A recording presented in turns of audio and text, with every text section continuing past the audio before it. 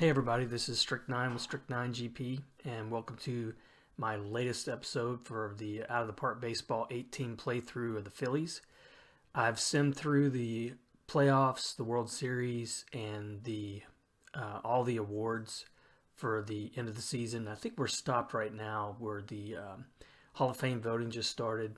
And what this episode is mainly going to be is just a recap of the season, what we did, and what some of the rest of the league looked like in terms of the awards, and of course who won the World Series. No surprise who won the World Series, but I'll get to that later. One of the things I wanted to start off with, though, I had mentioned this in a previous episode, how sometimes this game almost feels like a role-playing baseball game, and I was just happened to look at my home screen here, my manager home screen, and my reputation is now up to outstanding. So I think I've never been that high in this playthrough. I think I've started out maybe inexperienced and then was decent for a while, maybe good a year or two. I think this is the first time I've made it to outstanding. So that's pretty good. I don't know if you can go higher than that in terms of the ratings. And I know it doesn't really play into the game all that much in terms of how your team's going to perform, but I think it's something to it's nice to shoot for something like that. In terms of the team overall, in terms of the leaders, I was just looking at that before I started the episode, and the fact that Sean Barge led the team in batting average with 294, that troubles me a little bit. There's definitely going to be some things I'm going to have to look at this offseason on both sides, really, offense and pitching. But pitching, for the most part, wasn't that bad. And I had kind of talked about how not having that number one ace really hurt me in the playoffs, and that's still something I'm going to shoot for this offseason. But I'm pretty happy the fact that we were third in bullpen ERA, seventh in starter ERA, tied for sixth in runs against. I think that there was something to be said for that strategy of going for balance, you know. So if you're playing this game and that's if you're looking for a strategy to use, if you don't have a big budget, that's something that you might want to look at. Is don't worry so much about getting the ace if you can't afford it, and then just having to fill up the rest of your staff with just mediocre pitchers. But if you've got a 3-4 star pitchers at every slot, you might have a good chance. And that's kind of the story of the season for me, really. I think that's what got us as far as we got. So I wanted to first off look at, I'm going to scroll through some of the old emails here, but I wanted to look at the review of my season goals from the owner. And luckily I did save my job, but he only gave me a 1-year contract extension. So I wasn't too happy about that. I was hoping it would get more, but he was really happy with everything. I pretty much met just about every goal that he set for me. Next year, he wants me to upgrade at left field. That could be a question mark because I've got 2 guys slotted there now that I probably want to use. Improve your team home runs, which I agree with. I do need to pick up a power hitter somewhere in the offseason. He's wanting me to sign Miguel Castro to an extension, and Miguel Castro, the closer, he did meet his option. He had a vesting option for next year. He did meet that.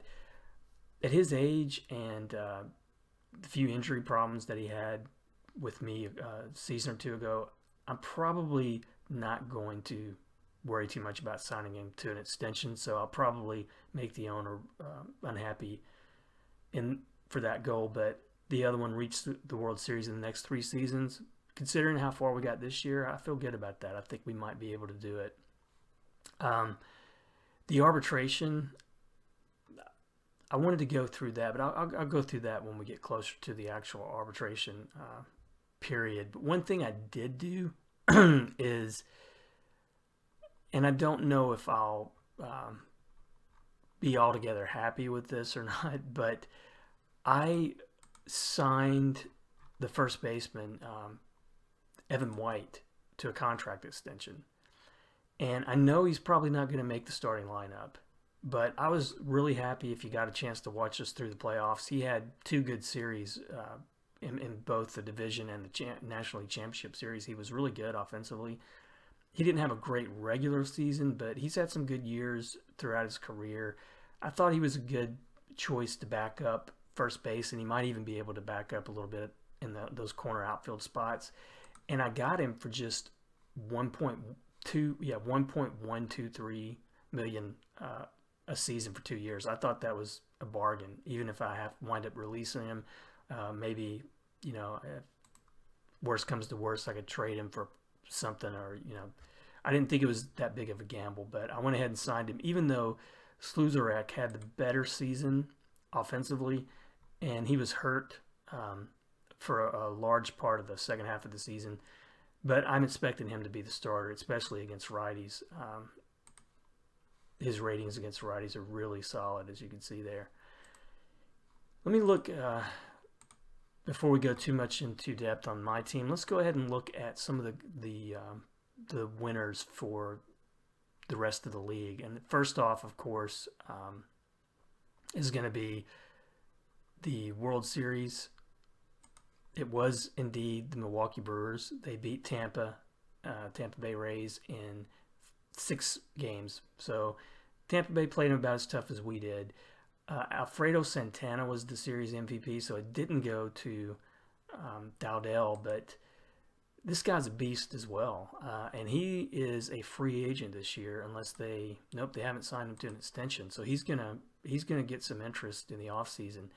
And he might be, depending on what he's going to be asking for and how much room I've got, he might be somebody I'd be interested in.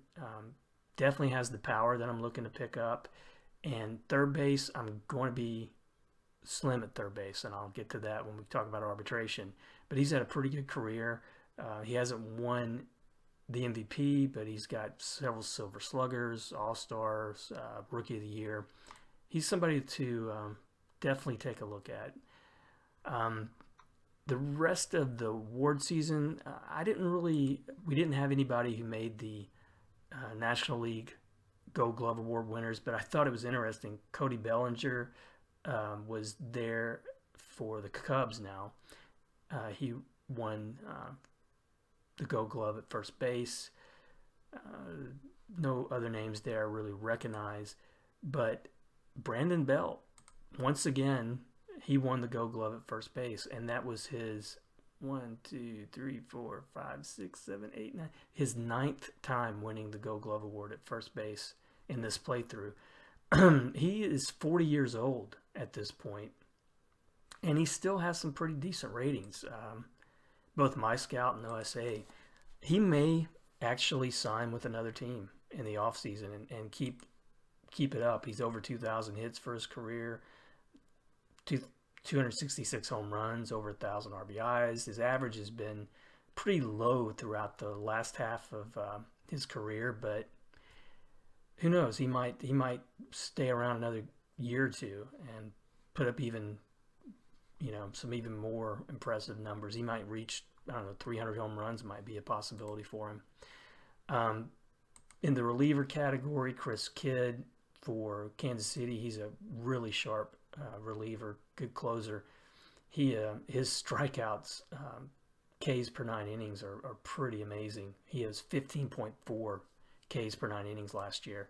In the National League, Edwin Diaz won again. This is his 5th time winning the reliever of the year. I think he's going to the Hall of Fame. I think that's the kind of career he's had. He's signed 2 more years, looks like, with with the Mets, and for his career, he's getting close to 500 saves, but I think he's got a good chance at the Hall of Fame in this playthrough. Platinum Stick Awards, no real surprises, although one guy who I had mentioned during the playthrough, Juan Aranda, who was just on a tear. At one point, I think he was on pace for 70, 80, 90 home runs even at one point. He finished off that pace, but he still had a good year. 59 home runs, 127 runs batted in. Didn't get to 60, but still some pretty good numbers. And in the National League, we had no representatives once again. So we don't have, aside from Juan Ochoa, we don't really have any power on our team. Rookie of the Year, Ars, and for Toronto, he had a great year. 44 home runs, 107 RBIs. For the National League, Campos, who was a great player for San Francisco, he had a really good year. He was the Rookie of the Year, but Sean Barge of the Phillies came in second, so pretty good for him. I mean, he deserved that, I think. Manager of the Year, Cash for the Rays. This is I think it's his 5th time winning the the American League Manager of the Year. He's had one heck of a great career. You can see a .560 career percentage. He's won the World Series twice, made the playoffs a bunch of times. Milwaukee's manager won it in the National League. Cy Young Award winner.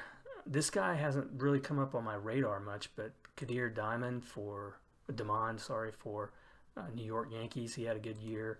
And then once again in the National League, Ian Plyler. This is the 3rd straight year he's won, or I think it's the 3rd straight. Yeah, 3rd straight year he's won the Cy Young in the National League.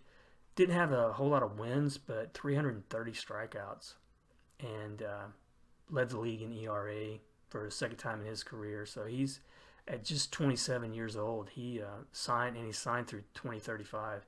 He's looking like he might have a good career. And then last, Juan Aranda, he did manage to get the Most Valuable Player award with those numbers that he put up. And then, no surprise, Kevin Dowdell won his 2nd MVP award for the Brewers. Just had a sensational career year for him, and he's a great player. He actually won the Triple Crown. Yeah, that's the first time he's done that, but man, that was a great year for him. So now in the playthrough, we're up to the Hall of Fame voting. Sorry. I didn't really want to go through too much of this, but I wound up probably doing it anyway, because there were a few interesting names that came up this year that I thought you might like to know about. Jake Arrieta, this is his first year being eligible. So I started this sim in 2017. You can see he had a really good 2017, pretty decent 18, and then he kind of fell off the pace in this playthrough. Didn't keep up the pace that he was on for that 5-year run with the Cubs. Finished with some okay numbers for his career. Another first timer, Gio Gonzalez. A pretty good amount of wins for him, 168 career, over 2,200 strikeouts. Kenley Jansen was a surprise when I saw him. He's so dominant, and he had some really good years during my playthrough. Let's see, he was the 2017, 19, and 20 Reliever of the Year award in this playthrough. But overall, he finished with just 370 saves. I expected him to stick it out for a little bit more. I thought, the real life Jansen, he might have a chance at 500 saves or more. So I'm kind of torn on how I'm going to vote for him in the voting. The standards, the Hall of Fame standards, I guess he stacks up really good against other relievers, but some of the other numbers, I don't know if he's a really, with those numbers, I don't know if he's just a certified Hall of Famer. Mark Melancon was another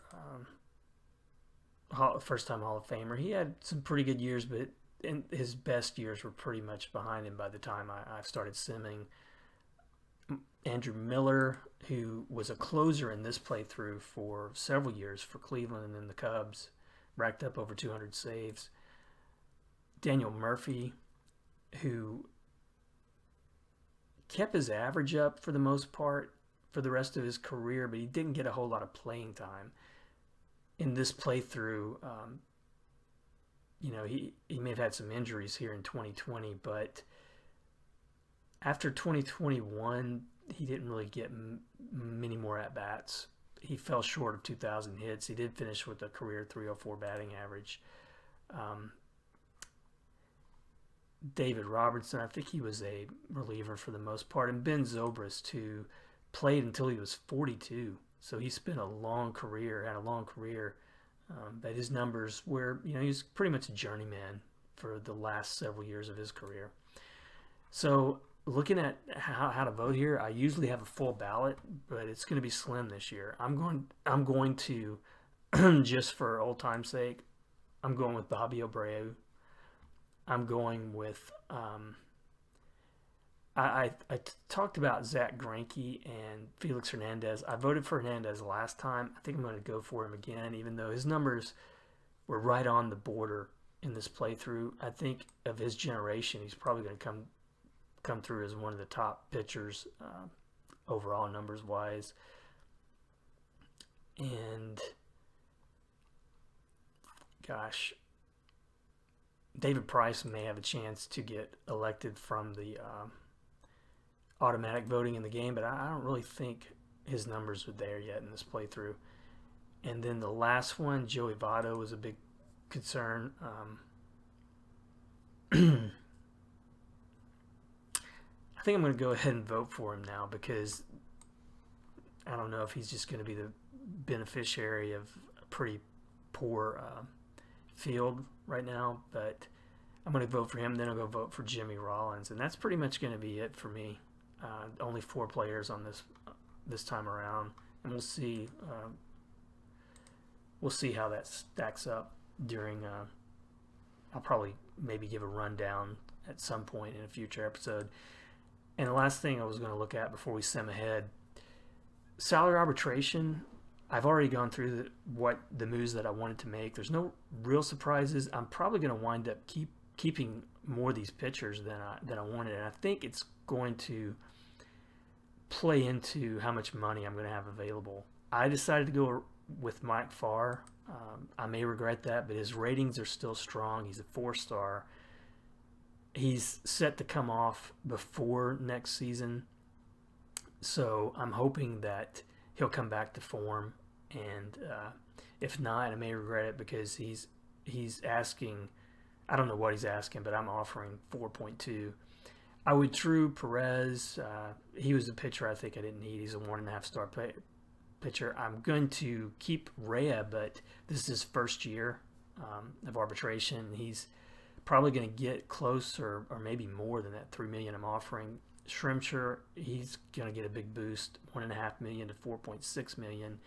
I'm going to keep Sean Coriolan. He was my 5th starter last year, but I've moved him over to a reliever. He's only got the 2 pitches.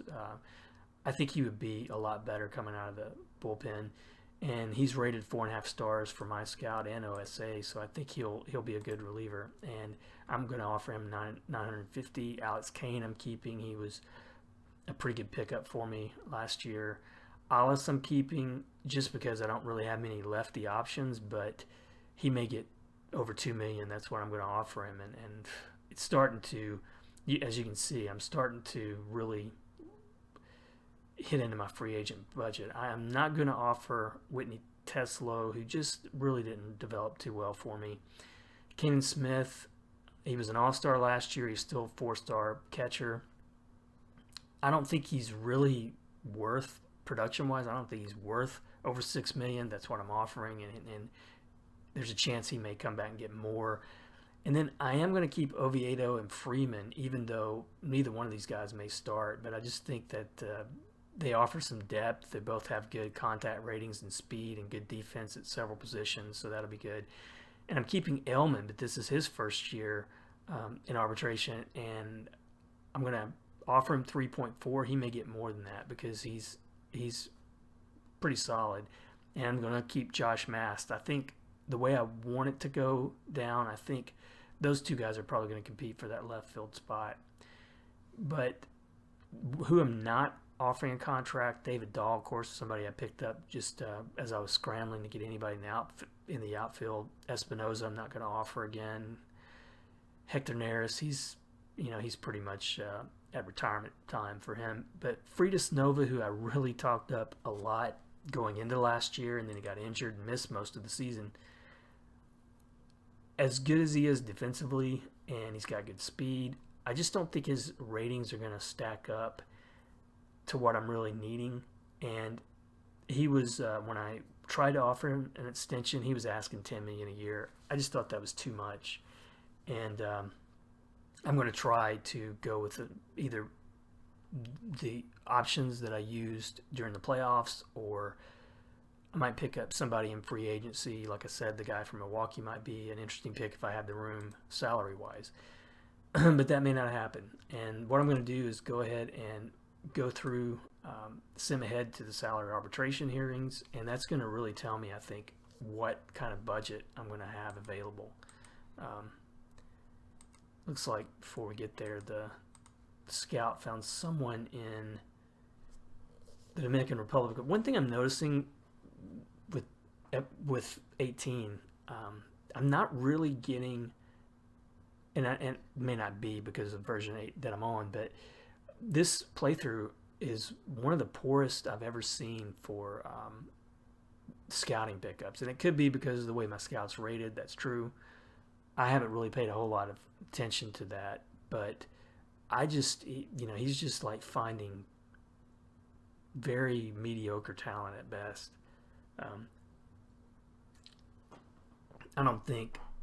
I can't really recall anyone who really made it to the starting staff, the starting lineup or pitching staff, who was a pickup of his as an international signing. So maybe that's something I should look at when his contract's up and the next guy I get.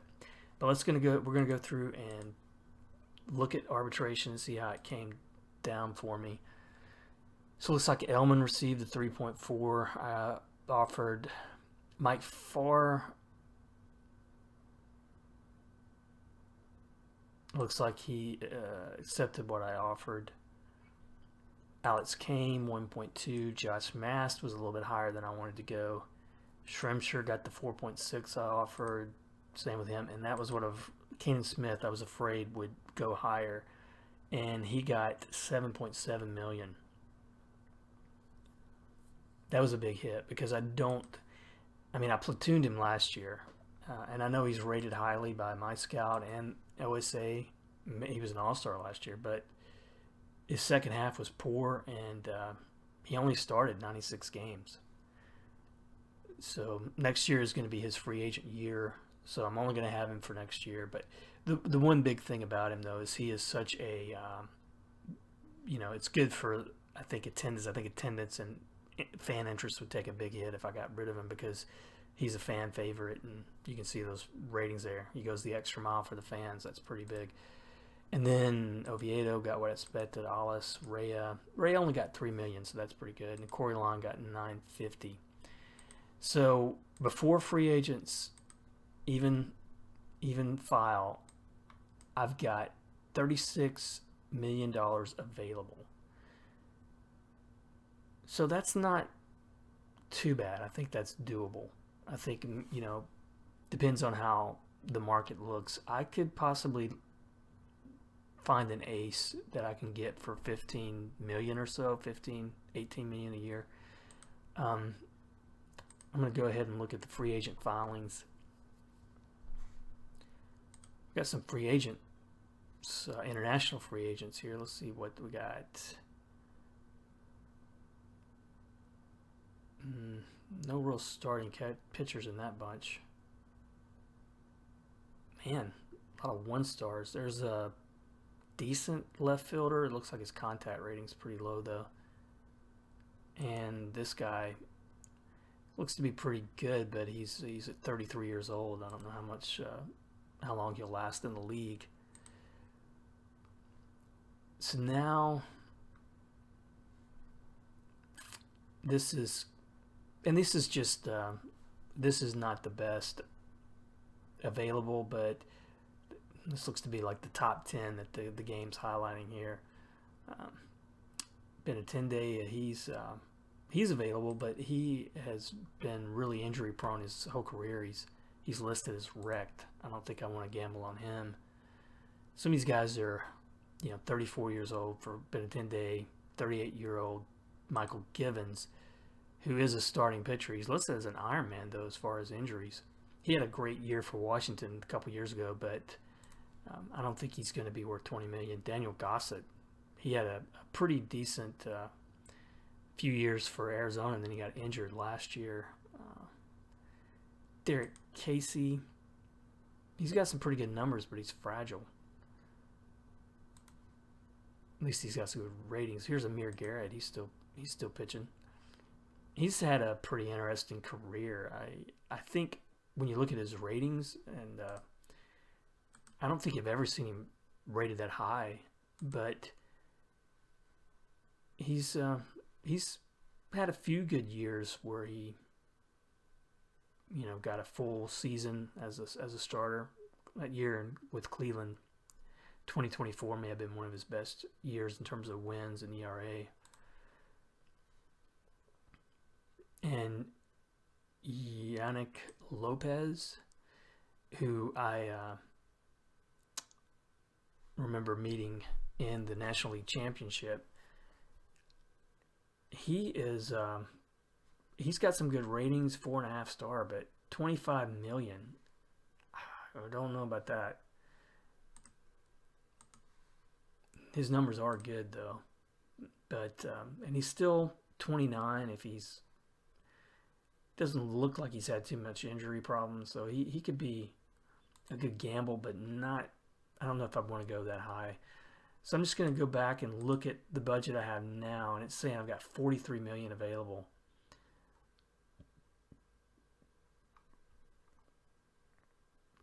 So,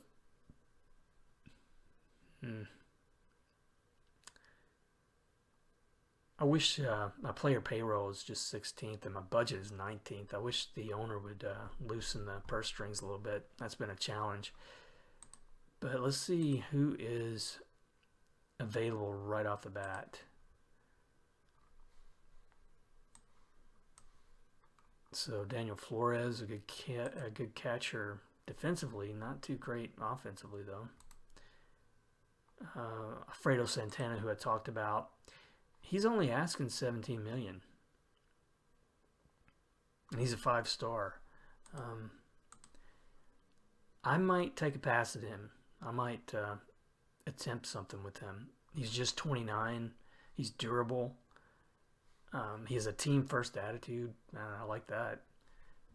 Solid ratings against lefties and righties, but man, those are lefty ratings.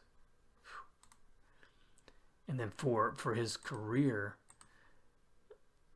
he's been productive since he came into the league, already up to 198 home runs. He's only been in the league 6 years, so he's averaged well over 30 home runs a year.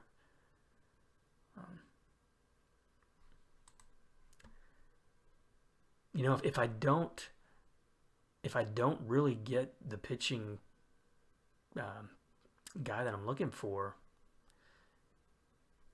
man, he's looking he's looking like a possibility. So we'll remember him. Rafael Devers is another guy who might be an option too. He's had a pretty good career with Boston, and I'm really surprised at that contract, man. $8.8 million. He's his personality ratings aren't that great. Yeah, he would take a pretty good salary there. And if you see his career numbers, he's won several silver, platinum slugger awards for the most part. And, been an all-star a few times. But he's close to 2,000 hits, over 265 home runs, career 295 hitter. He's had a good career, and he's rated pretty decently at third. So he's someone to look at. It looks like Lopez might be the best starting pitcher, but here's Trevor Rogers, who he's another good one, and he's a lefty. He's durable. He's a 4.5 star from both my scout and OSA. He has won the Cy Young. Got good personality ratings. He was just had a great year for 20. That's probably the year he won the Cy Young, 2025. He won 19, led the league in wins, ERA of 1.88. And for his career, 83 wins, 1,400 strikeouts. His ratings, he's good against lefties and really good against righties. So that might be the pitcher that I would be looking for.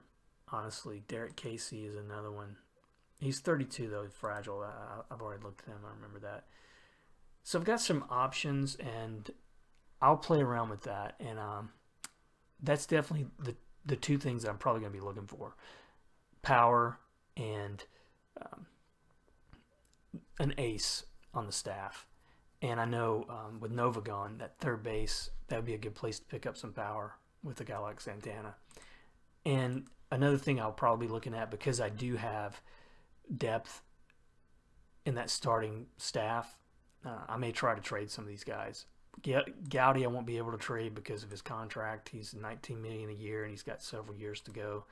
But Luckfeld, Rhea, even Shrimshire, and then this rookie who my scout likes pretty good. I mean, he's career potential 3.5. OSA's potential 4. But if worse comes to worse, if I have to get rid of a couple of these guys, he might step up next year. And then I've got a few players here in AAA that I might work out a trade for. Moa, who is not too bad. I might, get some outfield depth in a trade for him. And then Lassane, who I gave a shot last year, and I don't know if he's ready for the majors.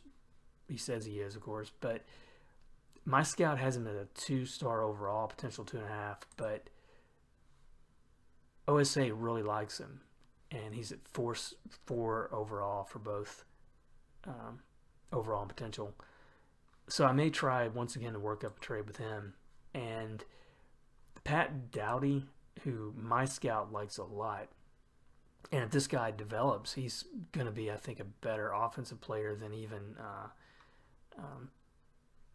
Barge on my team. But he might be someone I could throw out there in a trade too,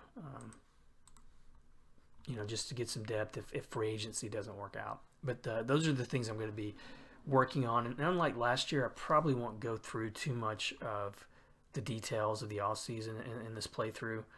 I may just sim ahead to either the preseason or spring training even, and then pick up some of the moves that I made in the offseason. But for the most part, I just wanted to kind of recap this season. It's been pretty challenging, but I'm surprised at how well we did. And I thought we exceeded my expectations, to be honest. I came in knowing that I had to at least make the playoffs to save my job, but we went further in the playoffs than I thought. And so next year, I think we can build on it, and I think we hopefully can repeat as the division champions and make it further in the playoffs even, maybe make it to the World Series.